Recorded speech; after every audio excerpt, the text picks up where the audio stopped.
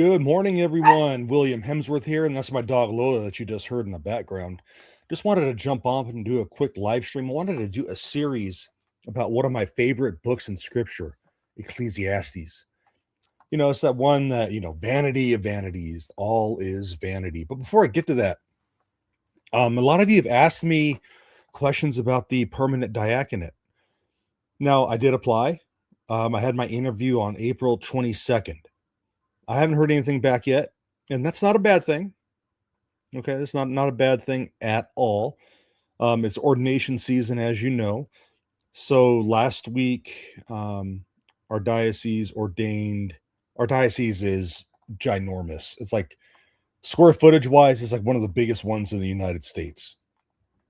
Okay, so our bishop ordained 9 deacons about a week ago. He ordained 1 priest on Saturday, and then this coming Saturday, Bishop Misko is going to Yuma to ordain 4 deacons over there. So pray for vocations in the Diocese of Tucson. We have 1 priest ordained, and that's going to be no more priest ordinations for at least 6 years. So, I mean, we really need some priests. So keep praying for me. I should hear back soon because the Common Formation program begins, they said, in either August or September. But either way, they're going to let us know sometime in June. So just when in June, I don't know when that is going to be. Okay, so just keep me in your prayers, and all of us that applied in your prayers. We'll know soon, friends, about if I got into the permanent diaconate program or not. So be patient. All right, but the book of Ecclesiastes, this is one of my favorite books. I'm really excited. I'm going to do a series on this, probably 4 or 5 shows on Ecclesiastes. Wednesday, though, we're going to have author Judson Carroll on to talk about his new book published by Sophia Press called Herbs That Heal. So it's going to be pretty exciting. He's written like over 15 books. It's crazy. Makes me look kind of tame. But the book of Ecclesiastes, man, if you have not read Ecclesiastes, I highly recommend that you do so. It can seem kind of depressing. This falls into the realm of wisdom literature. Okay, it's intriguing. It's philosophical. It's really mysterious, really. There's this figure of Qohelet. So it's Qohelet. Qohelet. Okay, so this book wrestles with some of humanity's deepest questions, like what is the meaning of life? Why do the righteous suffer? Does wisdom ultimately provide lasting satisfaction? These are just some of the questions that readers have had for centuries. But one of the other mysteries is who wrote it? Who is this figure of Qohelet? And so the Hebrew title Qohelet has traditionally been translated as preacher or teacher. That's why in some translations of this book, chapter 1, verse 1, we'll read, vanity of vanities, says the teacher. All is vanity. Where in some it says, vanity of vanities, says Qohelet. Okay, so that's what we're going to talk about. Who is this Qohelet today? So the Greek translation of the Septuagint renders the title of the book as Ecclesiastes, E-K-K. And that's where we get our English title Ecclesiastes from, the ECC. Okay, and the identity of Qohelet remains uncertain, although there are some clues filled within the text, and this has filled a lot of debate. One of the traditional views, one of the traditional understandings of Ecclesiastes identifies King Solomon as the author, and this interpretation is based largely on that opening verse, Ecclesiastes chapter 1, verse 1. The words of the preacher, the son of David, king of Jerusalem. Now, that description appears to point directly to Solomon. Solomon was the son of David. He ruled in Jerusalem, and he was renowned throughout the ancient world for his wisdom. Now, throughout Christian history, this theory of Solomon being the author went largely unquestioned. In fact, it wasn't until the time in the 1500s, until really the Protestant Reformation, that most Christians accepted Solomon as the author of Ecclesiastes. Now, there are several passages within the book. They seem to reinforce this conclusion. So one could be Ecclesiastes 1:16. It speaks of extraordinary wisdom. And that's, again, something uniquely associated with King Solomon. And here's that verse again, Ecclesiastes chapter 1, verse 16. I have acquired great wisdom, surpassing all who were over Jerusalem before me. Now, likewise, Ecclesiastes chapter 2, verses 4 through 11 describes extensive building projects, wealth, gardens, and servants. These accomplishments mirror the grandeur attributed to Solomon in the books of Kings and Chronicles. Now, another very interesting connection comes from the Hebrew root, and I'm going to butcher this. Cool. And I said probably butchered it. I'm going to spell it out. QHL, from which Qohelet is derived. This root often refers to gathering or assembling people. And in 1 Kings chapter 8, Solomon gathers Israel together for the dedication of the temple. And the image of a king addressing the assembled people aligns naturally with the title Qohelet. Even Jewish tradition frequently associated Ecclesiastes with Solomon. Although the Talmud preserves differing opinions regarding authorship, Solomon remained a prominent candidate in both Jewish and Christian interpretation. Now, while that traditional view has a lot of support, modern scholarship generally questions whether Solomon actually wrote Ecclesiastes.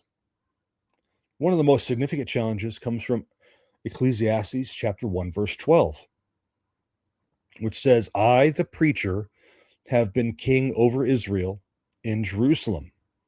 The phrase have been king appears to place the author's reign in the past. Now, this presents a difficulty because Solomon remained king until his death.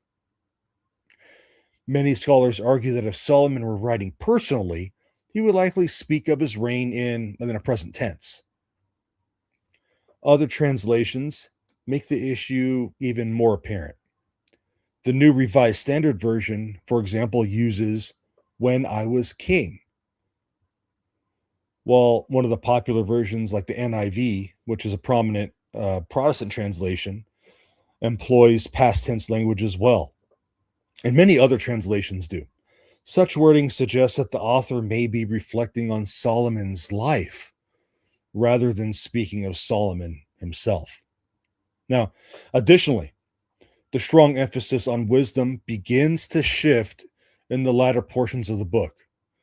While the opening chapters focus heavily on wisdom and world accomplishments, later chapters brought it into philosophical reflections that seemed less tied to Solomon's personal experience.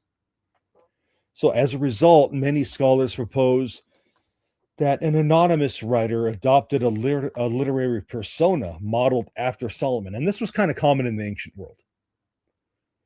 By writing in the voice of Israel's wisest king, the author could implore life's deepest questions with greater authority.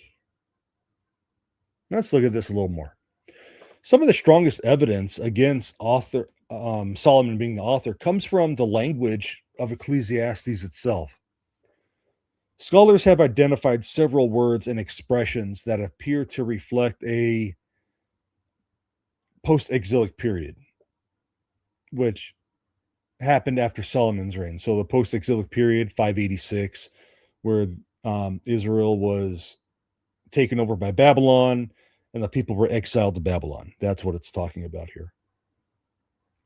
Some of the terms shown may have Persian influence, particularly words associated with administration and royal parks. Examples often cited include references found like in Ecclesiastes chapter 2, verse 5, and Ecclesiastes chapter 8, verse 11. These features appear to suggest that Ecclesiastes may have been written during this period after the Babylonian exile.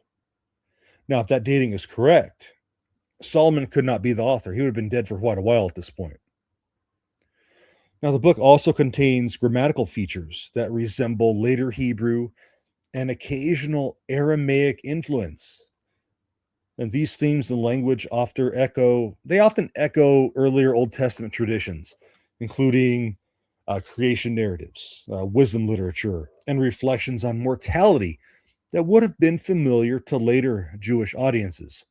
And so, for many scholars, these clues point toward um, a very educated Jewish writer who lived centuries after Solomon and used the king's voice as this literary framework. Now, if Solomon did not write Ecclesiastes, why would an author present the book in a style similar to how Solomon would have wrote? Now, one reason may be theological. Solomon represented the pinnacle of human wisdom, wealth, power, and achievement. If even Solomon could not find ultimate fulfillment in these earthly pursuits, then the message becomes universal, something we could all relate to. The book repeatedly emphasized that wealth, pleasure, knowledge, and accomplishment ultimately fail to satisfy the deepest longings of the human heart. By placing these reflections on the lips of Israel's wisest king, the author drives home a powerful lesson.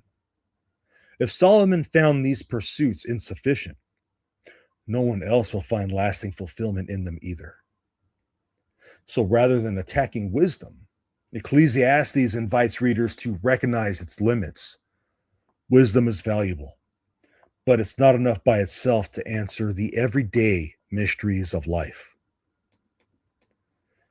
Now, despite centuries of study, the identity of this Qohelet character really remains unknown. The evidence for Solomon is compelling, yet there's linguistic and historical considerations may point to a later author. Now, what remains clear is that the book's message does not depend on knowing who the author is. Ecclesiastes continues to speak powerfully across generations because it addresses universal human experiences: joy, sorrow, success, failure, life, and death. Qohelet stands as a wise teacher who refuses to offer easy answers. Instead, he invites readers into a deeper reflection on life's meaning and ultimately directs them toward reverence for God. The book concludes with perhaps its most important lesson. And this is in Ecclesiastes chapter 12, verse 13. Fear God and keep his commandments, for this is the whole duty of man. Whether Solomon himself wrote these words or someone anonymous speaking in his tradition, it doesn't matter. That message remains timeless. Fear God, keep his commandments. The mystery of Qohelet may never be solved, but this wisdom continues to challenge and inspire all who seek meaning under the sun. Everyone, I hope you enjoyed this brief episode, and please go read the book of Ecclesiastes. Like I said, it's one of my favorite books. It's underrated in my opinion. And please pray for me as I continue to pray for you all. God bless you all. Have a fantastic day.